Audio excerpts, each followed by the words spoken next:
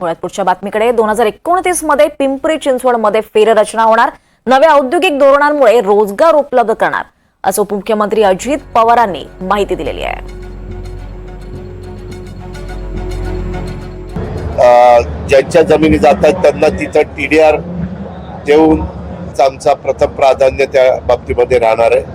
कारण रोड झाल्यानंतर राहिलेल्या जमिनीमध्ये चांगल्या प्रकारचा फायदा ज्यांच्या राहतात त्यांना त्या ठिकाणी होतो. परंतु ई व्हेकल आता आम्ही शेवटी ई व्हेकलला पण टॅक्सच्या बाबतीमध्ये चांगला निर्णय घेतला. गुंतवणूकदार ज्या भागामध्ये कारखानदारी लावण्याचा प्रयत्न करतात तिथल्या कारखान्यांना तिथल्या भागाला प्राधान्य द्यायचं अशा पद्धतीनं आमचं नियोजन आहे.